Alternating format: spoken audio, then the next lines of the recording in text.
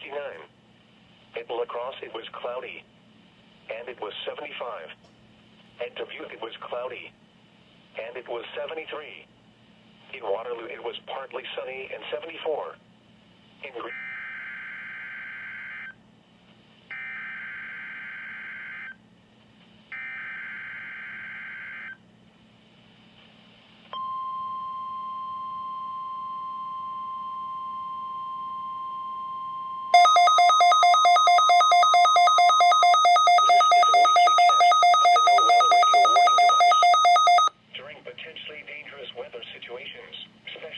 receivers are automatically activated to warn of the impending hazard.